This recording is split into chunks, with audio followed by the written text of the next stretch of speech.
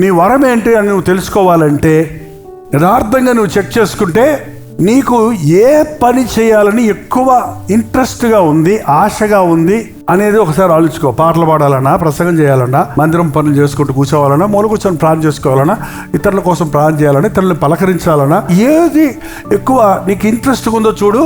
Maybe that is the వరం.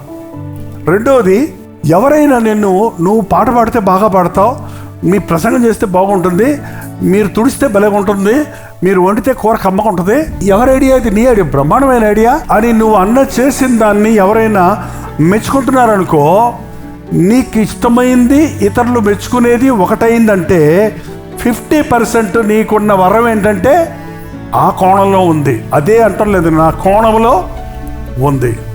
The rest you need to Neel down and pray. ప్రార్థన చేస్తూనే ఉండు, దేవుడు నిన్ను వాడుకోవటం మొదలు పెడతాడు. నీకు ఆ డోర్స్ ఓపెన్ అవుతాయి, నీకు ఆ మార్గాలు తెరవబడతాయి. నీవు అందులో ఇచ్చుచ్చు ఉన్నాడని ఉంది. మళ్ళీ చదివా మాట కదా, ఎంత చక్కగా ఉంది బైబిల్లో, స్పష్టంగా మాటలు గమనించండి. ఒక్కరోజు ఇచ్చేసి పోయేవాడు కాదు దేవుడు, ఇస్తూనే ఉంటాడు. 30 అంతలు, 60 అంతలు, 100 అంతలు. నాట్ ఎట్ ఏ టైం 100 అంతలు, ముందు 30 అంతలు. Pass marks, yes you are fit.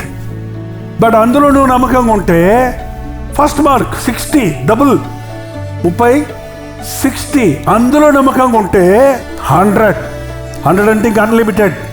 దేవుడు అల్టిమేట్గా తన ప్రణాళిక నీ ద్వారా జరిగించుకుంటాడు. హల్లెలూయా.